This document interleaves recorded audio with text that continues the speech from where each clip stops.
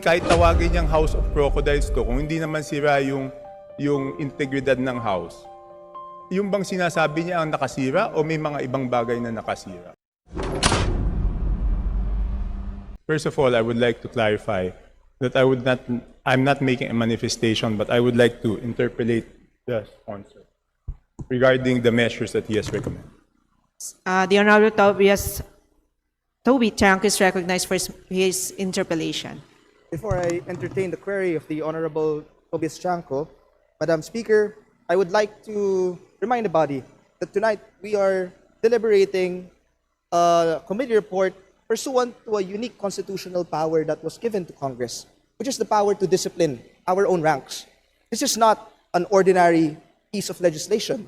It is actually a quasi-judicial proceeding.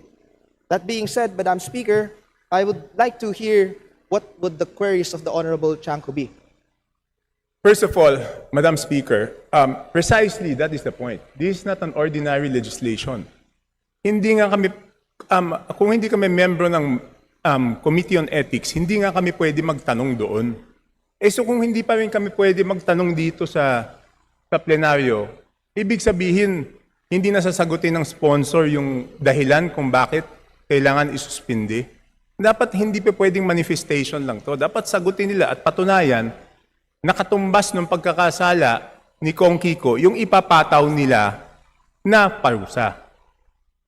Madam Speaker, kung ang ordinaryong batas ginagawa natin, pinapayagan natin tanungin doon sa period of sponsorship.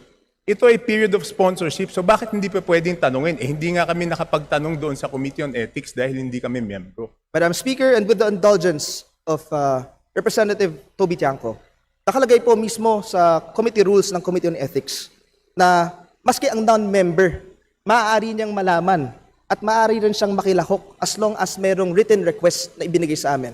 As a matter of fact, Madam Speaker, there was even an instance wherein independent members of this Congress were able to join the deliberations of the Committee on Ethics even without the consent. I would like to express, Madam Speaker, my willingness to answer some questions from Representative Toby Chanco. Pero tulad nga na sabi ko kanina, isa po itong quasi-judicial proceeding. Nakalagay po mismo sa rules ng Committee on Ethics and Privileges na suppletory po ang rules of court. Parang husgado po, parang hukuman po ang naging ginampanan na role ng Committee on Ethics. Kaya po kami merong deliberation ngayon na binabasa at sinusponsoran sa floor. Kaya po tayo nagkakaroon ng pagkakataon na makapag-manifest ang ating mga miyembro para mag-guide po tayo kung paano po tayo boboto. At sa pagkakataong ito, nais ko pong malaman kung ano po ang katanungan ni Representative Chanco dahil hindi ko naman po pinipigilan ang maski sinong miyembro na mag-raise ng question before the Committee on Ethics. Madam Speaker, tama po, pwede nga po kami mag-attend ng Committee on Ethics, dumalo po ako, pero hindi kami pwede magtanong doon. Pwede lang kami mag-manifest. Ngayon, para wag na lang natin pagtalunan kung bakit gusto muna malaman yung tanong ko bago sagutin. Let us just rule on it. Pwede ba magtanong o hindi? Ayoko naman nung magtatanong ako. I yield to questions from Representative Toby Chanco. Okay, so number one po. Will the sponsor confirm that the committee report was just posted at 2:55 p.m. today and printed copies were just distributed maybe 10 minutes ago? Madam Speaker, as a matter of fact, hindi lamang 10 minutes ago po. Kanina, naibigay po sa Committee on Rules ang committee report ng Committee on Ethics. And this matter was actually approved as early as April 28. Sa totoo lang po, Madam Speaker, ayon sa aming rules, all information pertaining to any disciplinary action against any member of the House is considered confidential. Pero kung meron po tayong miyembro dito na gustong malaman ang mga nangyayaring proceeding, malaya naman po sila na lumapit sa Committee on Ethics at magtanong. Another one po, Madam Speaker, kanina pa po na-distribute ito dahil kanina pa po ito inaprubahan ng Committee on Rules. Ang tagal po natin nag-suspend kanina, mahigit 2 oras po ata tayo nag-suspend, and I believe that is enough time for us to deliberate on this matter. As a matter of fact, Madam Speaker, I would like to even express my willingness to read the committee report in full. If that would be the request of Representative Toby Chanco, willing po akong basahin ang buong committee report ngayon. Hindi, ang tanong ko lang po, Madam Speaker, kung kinukumpirma na 2:55 lang po unang nakita yung committee report dahil yan po ang oras ng pagka-post doon sa Viber group natin. Yun lang po ang tanong. Madam Speaker, 3 oras na po ang nakalipas mula nung ipinost sa Viber group. Kaya Hindi nga, naman di ho ganun 2:55, kahaba. di kino-confirm Hindi naman lang po ho ganun kahaba ang committee report para basahin. That being said, Madam Speaker, valid naman po ang katanungan at ang concern ni Representative Toby Chanco, and his manifestation would be noted and it would be considered by all of our members as we vote on this committee report. Okay, pangalawa po, si Kong Kiko Barsaga po ba ang nakasira ng dignidad, integridad, at reputasyon ng House of Representatives? Yung pa bang sinasabi niya ang nakasira? Ibig sabihin, kahit tawagin niyang House of Crocodiles to, kung hindi naman sira yung integridad ng House, yung bang sinasabi niya ang nakasira o may mga ibang bagay na nakasira? Para sa akin po, Madam Speaker, napakahalaga na kung titingnan natin ang ating committee report, merong specific complainant, merong specific respondent, at merong specific causes of action that are complained of. I mentioned this, Madam Speaker, in my sponsorship speech. Una, disruptive physical demeanor, repeatedly interrupting actual plenary sessions, engaging in loud outbursts, distracting members.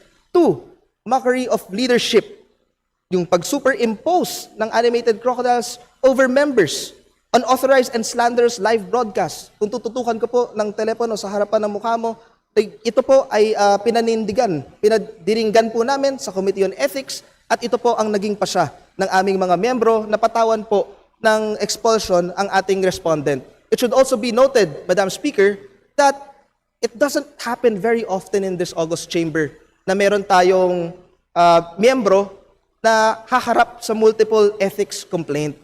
Pagkatapos po masuspende ng ating respondent on 2 occasions, may kolatilya po ang committee report. Nakalagay po dyan, repetition of a similar misconduct will result to a more severe penalty. At ito po ang naging ruling ng Committee on Ethics and Privileges, and I appreciate the query of Representative Toby Chanco tsaka lahat po ng manifest. Napakahalaga po nito na mapakinggan po natin ang bawat miyembro para mag-guide po tayo kapag papagbotohan po natin ang committee report na ito. Maraming salamat po. Yes, Madam Speaker.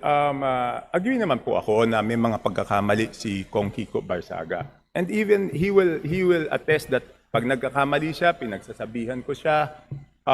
Isang example po noon doon sa nangyari kay Kong Akop na naparusahan na po natin siya noon. The 60-day suspension meted out last time was because of what he uttered against the late Kong Akop. And I explained in my vote that time, and I even told him, Kiko, dapat hindi mo ginawa yan. Kasi sa atin, sa Pilipinas, masyado ang paggalang natin para sa yumao, no? So hindi ko sinasabing wala siyang kasalanan. May mga kasalanan siya. Dapat may parusa rin sa kanya. Ang tanong lang is yung bang mga kasalanan niya na nagawa, ang tamang parusa doon o katumbas ba doon ay expulsion. Di ba?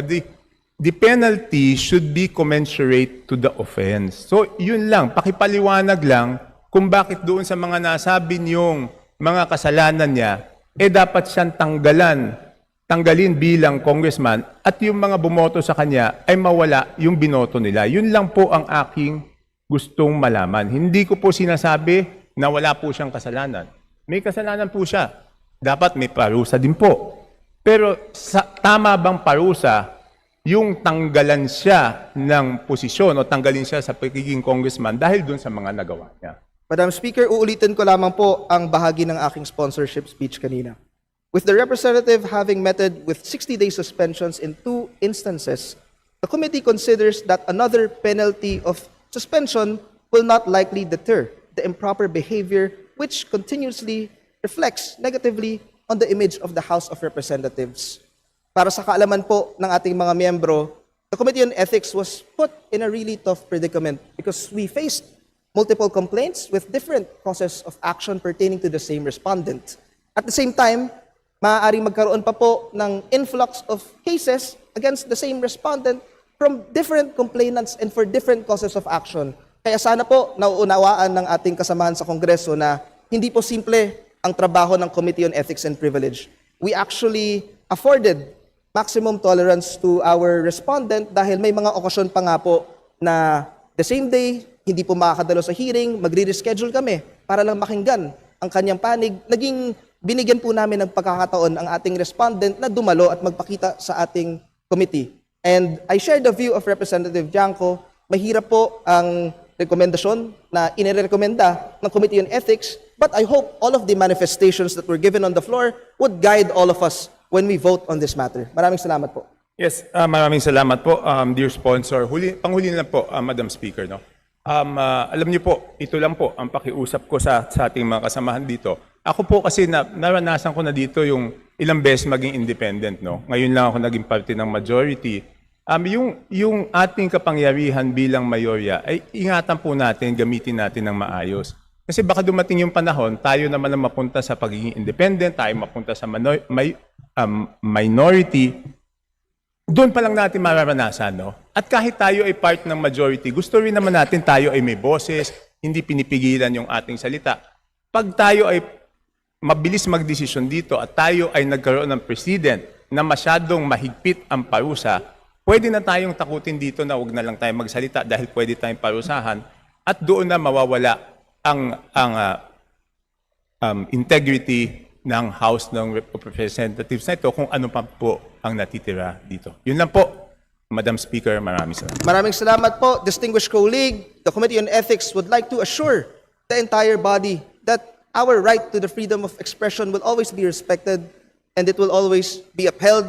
And I would assure everyone that the Committee on Ethics will be impartial and judicial at all times. Maraming salamat, distinguished colleague.